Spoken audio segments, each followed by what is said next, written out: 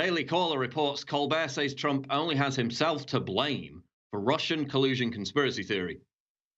Now, this is a guy who almost every night on his unfunny late night comedy show talked about Donald Trump colluding with Russians to steal the election. You've seen the clips over and over and over again, but every single night he was on it, night after night after night. And what's his reaction now it's all collapsed? Well, late night show host Stephen Colbert said Monday night the president, Donald Trump, only has himself to blame for being subjected to a 2-year investigation with a false premise. So he basically got up this whiteboard of everything bad that Donald Trump's ever said or done. In his eyes, most of it's completely made up or grossly exaggerated, of course.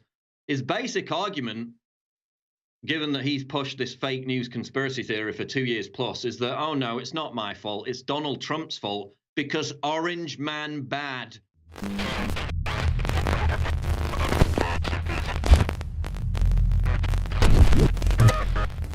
We are back on the Alex Jones Show live. Before I get into some more news, I really need to tell you about the Save the First Amendment, Stop Big Tech Censorship special, which is still running at InfoWarsStore.com.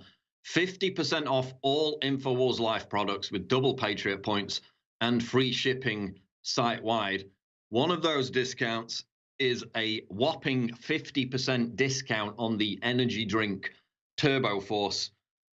And I've just got to say, this is just off the charts.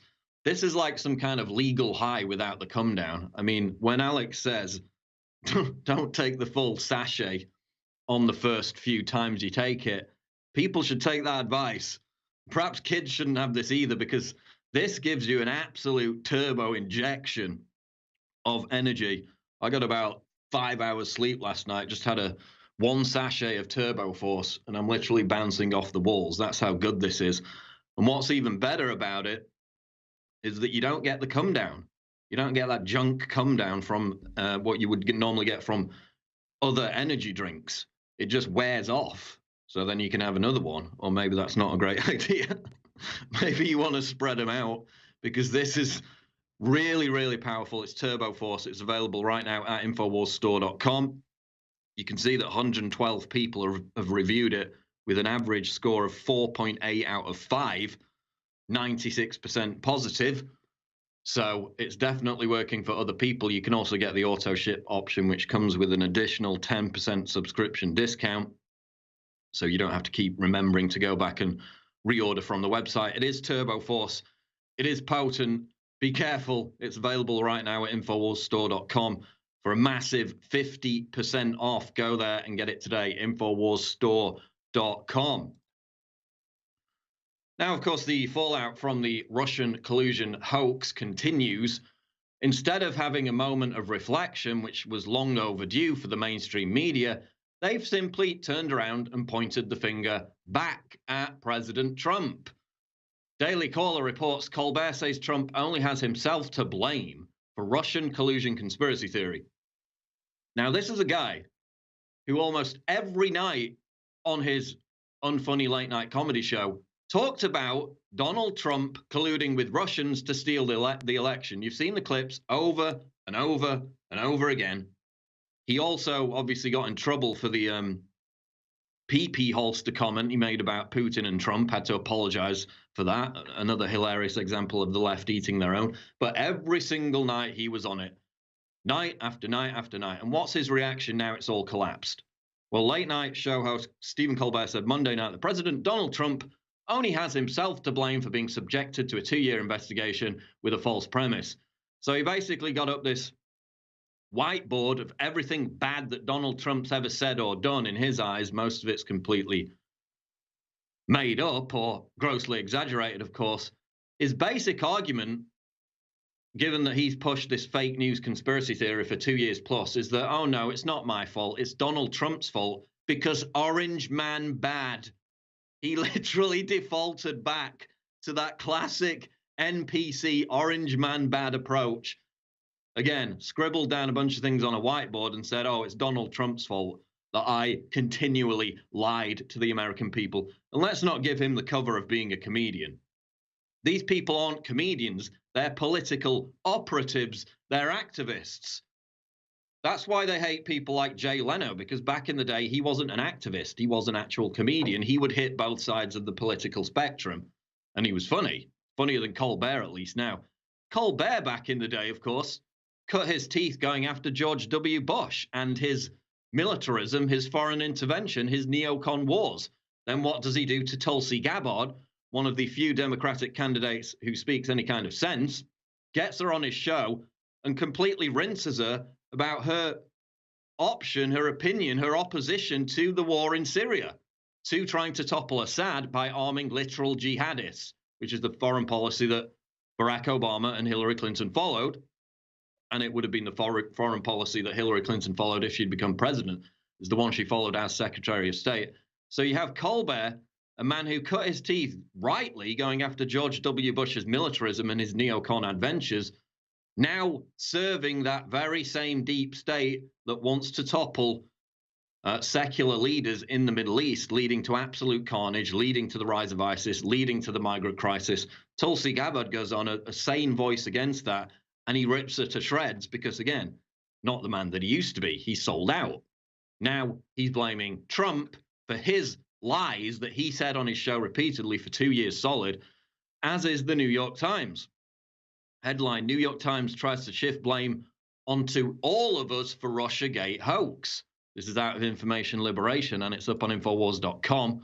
Rather than take personal responsibility for pushing the Russiagate hoax for over 2 years straight without any evidence, the New York Times ran a column on Monday trying to shift the blame onto all of us. That's right. It's your fault too. And it's Sean Hannity's fault, even though he literally argued the opposite for 2+ years. It's Sean Hannity's fault as well. It said Sean Hannity-style Trumpians should apologize for peddling the sort of deep cynicism that undermines our country's institutions. So Sean Hannity and others like him were right, were proven right in triplicate, saying that this was a contrived moral panic, a contrived hoax, but they should apologize for being right. The only people who undermined the country for 2+ years were the people pushing this fake news delusion that caused division, that caused Russia and America to be at the brink of some kind of military exchange in some cases, given the sanctions and what that could have led to. But no, it's Sean Hannity's fault. From the New York Times' David Brooks, we've all just been made fools of ourselves again. Maybe it's time to declare a national Sabbath. Maybe it's time to step back from scandal mongering and assess who we are right now. Now, that should be applauded, a moment of self-reflection. But then he goes on to say Republicans and the Sean Hannity-style Trumpians might also approach this moment with an attitude of humility and honest self-examination, even though they were proven right and have literally nothing to apologize for. For 2 years, they've been calling the Mueller investigation a witch hunt, which is exactly what it was. For 2 years, they've been spreading the libel that there are no honest brokers in Washington. It's all a deep state conspiracy, a swamp. Yeah, I'm sure everybody's honest in Washington, D.C. It's renowned for its honesty, isn't it, that city? Just as Chicago is in the case of Smollett. They should apologize for peddling the sort of deep cynicism that undermines our country's institutions, even though that's literally what the mainstream media did. It was them that undermined democracy. It was them that tried to sabotage a legitimately elected president. Another headline here. Nets gave 2,284 minutes to Trump-Russia conspiracy theory. Media wrote 533,000 articles. They actually totted up the amount that they paid attention to this story every night on news media, and it was more than if there'd been a major war taking place.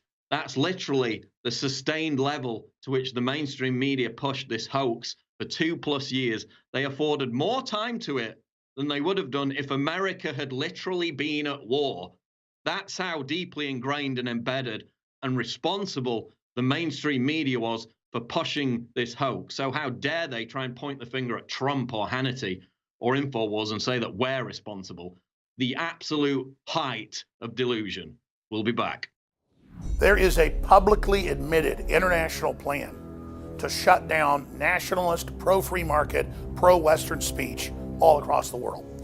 And I don't want to say I'm honored, but in a way I am, to have been chosen first last year to be deplatformed. Then they set the precedent. Now if you try to tell somebody the dangers of vaccines and read off the insert they take you off the internet. Now, Google announced just today that they're not going to take Christian advertising of most types on their platform because it upsets the San Francisco Google employees. Our country and the world more and more is in the grip of anti-free speech, hyper-leftist, anti-human, transhumanists who literally think they own and run our lives. And if we keep bowing to these cults, the cancer that is San Francisco and many of these big universities is going to be the operating system of the planet. Humanity must awaken and say no to these control freaks.